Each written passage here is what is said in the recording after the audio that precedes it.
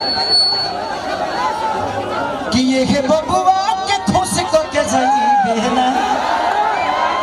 हम दो recording dance कर देते हैं, एगो छठ के करब आएगो कि दहरा दब उठल दादा कमर के भीतरिया भीतरिया। दीदी अरे इनको कर ले दे दो भाई, भाई आ रहे हैं, इनका समझ में आ रहा है कि सम्मान करने आ रहे हैं, बाकी थोड़ा दिक्कत लग रहा था।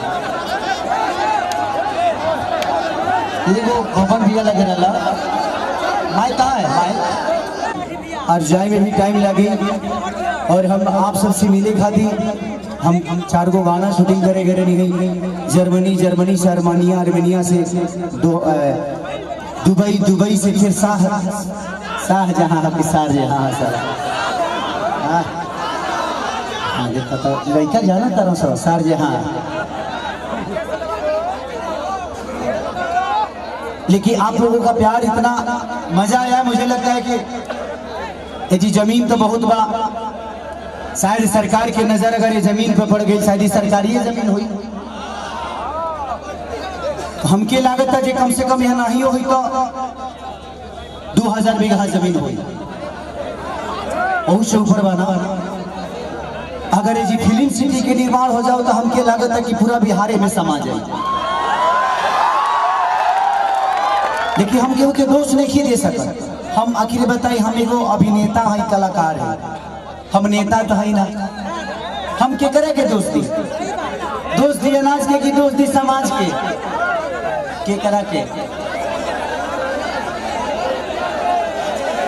दोस्ती अनाज के की दोस्ती समाज के, गैस के जी की प्याज के। देखिए इंसान में एक बात बताए आपसे,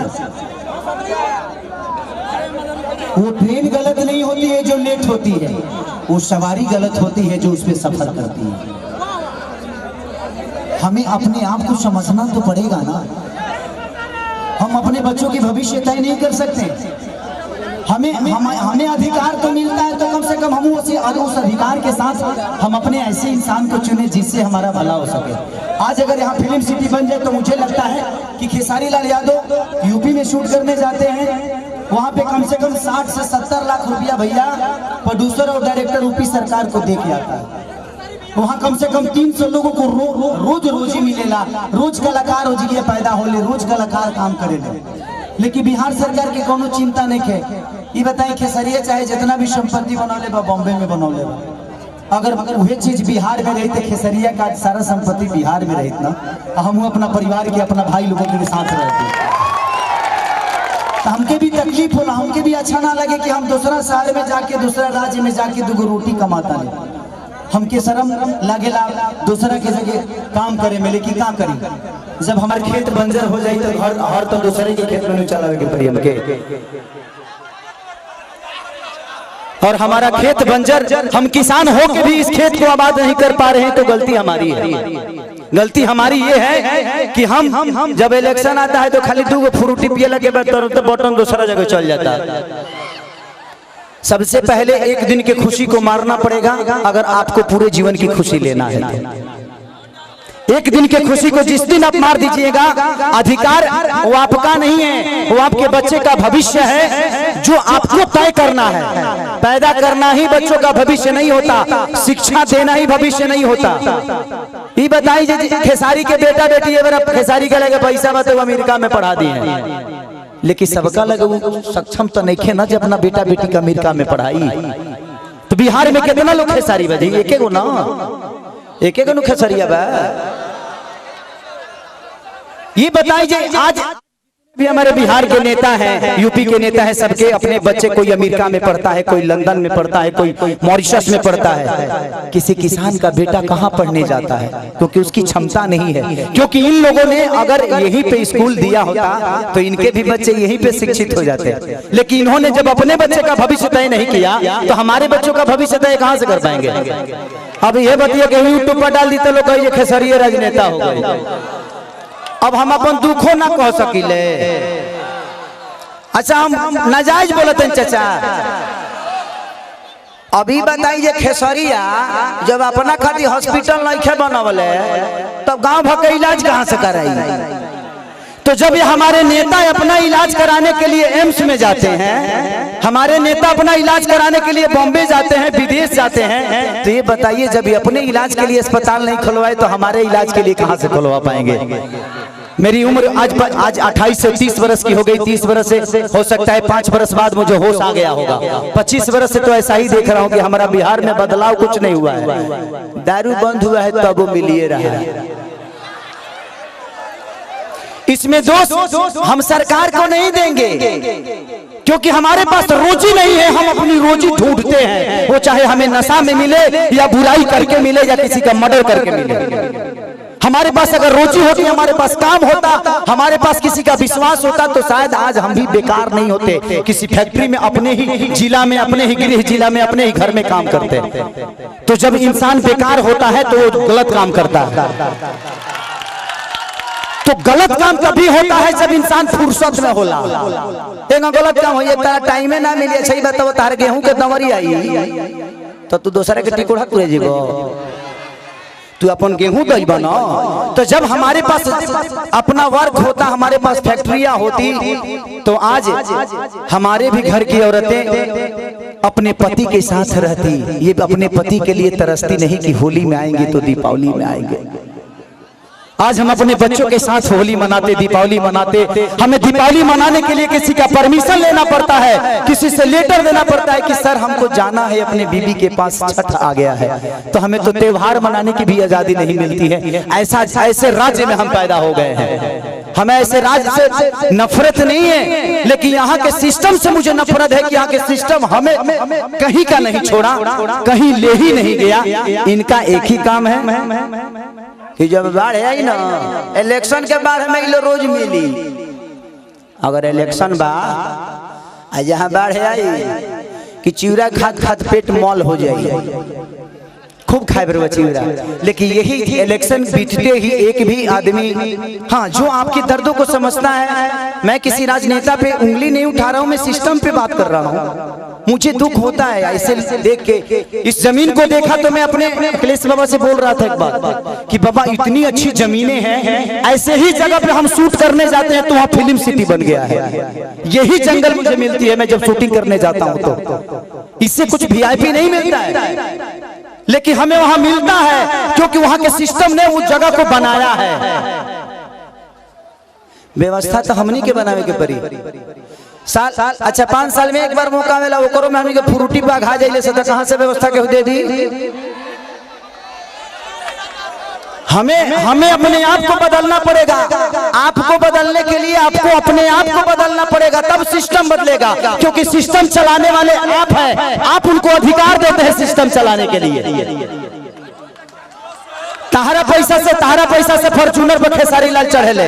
खेसारी के कल से सुनल बंद कर दे। खेसारी के औकात नजर आ जाएगी। खेसारी तो कितना बड़ा स्टार हुआ। मैं अपनी बातें कर रहा हूँ। तो जब खेसारी लाल यादव की औकात आपके हाथों में है, मेरा भविष्य आपने तय किया है। एक दूध बेचने वाले बेटा, एक लिट्टी बेचने वाले बेटा स्टार आपने बनाया ना। मेरे पिताजी कभी मेरा सिनेमा नहीं देखते हैं, लेकिन आप लोग अपने बेटा के लिए अपना हाथ तक फाड़ लेते हो। तो मेरे बाप से बढ़ के आप सब होते हो, इसीलिए मैं हमेशा आप सबसे प्यार करता हूँ। मैंने अपनी जगह पहचानी। रास्ते खत्म नहीं होते हैं, जहां खत्म होते हैं वहीं से एक दूसरा रास्ता बनता है। वो आपको चुनना है कि आप जाना कहां चाहते हो। ये पत्थर भी विश्वास क्यों जगा देता है। हम राम को क्यों पूछते हैं यार? पूछने का कारण है कि राम ने कर्तव्य किया है, और हम पत्थर में भी भगवान ढूंढ लेते हैं। और हम इंसान होकर एक इंसान को नहीं बदल सकते। क्या हम अपने बच्चों का भविष्य तय नहीं कर सकते? पत्थर में विश्वास ढूंढ लेते हैं, लेकिन हम किसी नेता में अपना भविष्य नहीं ढूंढ पाते हैं, क्योंकि हम फ्रूटी पे बिकते हैं। हमें फ्रूटी छोड़ना होगा। 5 साल बाद मौका होता है, ऐसा काम कर दो कि आदमी लोग बन जाओ। अपने आप समझ में आ जाए कि नेतागिरी का होला। हर आदमी के लिए बात करता हूँ। मैं देखा तो मुझे दुख हुआ कि इतने सारे जमीन के बावजूद, मैं किसी सरकार पे उंगली नहीं उठा रहा हूं, लेकिन मैं बातें बोलता हूं कि अगर मेरी बातें YouTube के माध्यम से कहीं ना कहीं तो चलिए जाए, हम जाना था।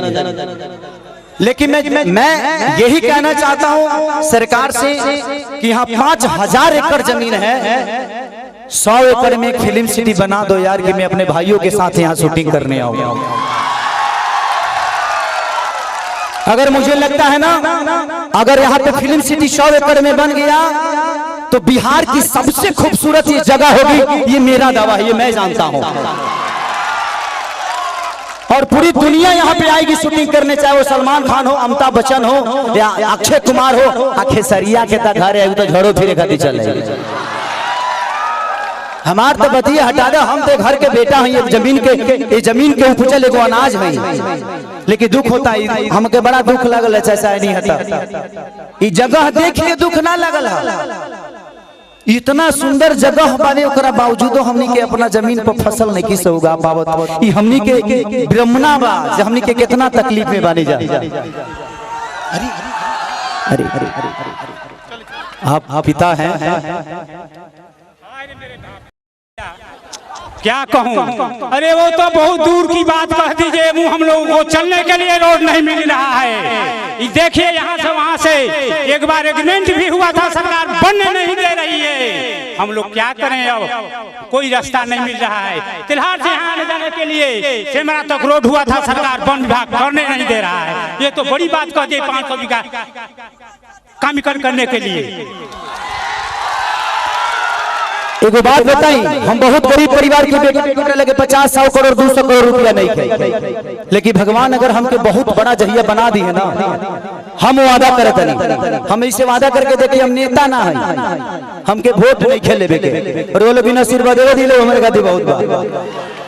हम वादा करते नहीं कि भगवान अगर हमके बहुत बड़ा आदमी बना दे ना, तो हम अपना पैसा से फिल्म सिटी बनाए भेजी गया, जमीन लोग इसलिए इतना नीमन जगह हम साउथ में, अभी साउथ के सिनेमा करके नहीं है, इतना नीमन जगह हमके साउथ में ना मिला। हम अपना जीवन में पहली बार इस जगह पाइल भाई, इस जगह पे आया, इस जगह पे आके ऐसा लगा जी यहाँ जन्नत है। और यहाँ पत्थर नहीं, यहाँ हर पत्थर पे एक इतिहास बना हुआ है, बस लोगों को पढ़ना आना चाहिए। लेकिन मुझे नहीं लगता कि इस सरकार को कभी ये पत्थर नजर आएगी। इनके नजर में ये पत्थर है, क्योंकि इसके लिए आपने मंदिर नहीं बनाया ना। एक पत्थर को रख के जब हम मंदिर बना देते हैं तो उस पे जल चढ़ने लगता है। आज इस पत्थर पे आप मंदिर बना दीजिए, देखिए सारे भक्त जल चढ़ाना शुरू करेंगे और ये हमारे लिए मंदिर नहीं, भगवान का मूर्ति बन जाएगा यही पत्थर। लेकिन सरकार के नजर में एक मामूली ये पत्थर है, लेकिन वो मंदिर बना दे तो शायद ये पूजनीय हो जाए, लेकिन शायद ये लोग नहीं बना पाएंगे। हम 30 साल से तो यही बोलते आ रहे हैं, लेकिन लोगों को लगता है कि मैं राजनीति करने लगता हूँ। मन करना चाहिए, हमारा 25 साल 30 साल हम हीरो में ठीक बनी, नेता बन जब तो कहीं सटे के मिली हो, वही तो हर जगह देखे बात कोनो फोटो नहीं खींचो है ना। अभी बताओ जो हैंगा धोइयो लेते तो केहू कुछ बोले वाला नहीं खलो, ऐसे हमारा नेता नहीं बने। हमको कुर्सी नहीं चाहिए, हमको कुर्सी पे बैठने वाले वो लोग चाहिए जो मैं चाहता हूं कि हर आदमी एक घर में नेता है। आप अपने घर को चलाते हैं तो आप नेता ही तो हैं। आप अपने घर को चलाते हैं, आप 6 आदमी को चलाते हैं, यहाँ 12 करोड़ जनता को मुख्यमंत्री चलाते हैं, तो उनको पावर दिए है तब ना। तो इसीलिए मैं चाहता हूं कि आप लोग अपना भविष्य तय करिए। इस जगह से मुझे बहुत प्यार हुआ बबन भैया, मैं आज अपने चाचा के पुण्यतिथि में आके बहुत मैंने इतना गर्व महसूस करे थे कि क्या बताई, भगवान हमके इतना तू बड़का बना देना कि हम यही जी बंगला लेके अपना मेहरुआ के संग रोज जुहू चौपाटी घूमे। इतना बढ़िया है जिगिया, नदी बहता है, जुहू चौपाटी बन जाते जिगिया, हर आदमी ठेला लगा के रोज 500 रुपया कमा के जाए। लेकिन क्या चिरकुट बड़ा से के बुझा था। कोई बात नहीं, थैंक यू सो मच कि आप लोगों ने इतना प्यार। अतनी हो छठ से हमने चाहत नहीं कि छठ के बजा दो, अतनी हमने के बढ़िया से सब लोग झोल ली ना, छठ के माहौल चलता आ गई।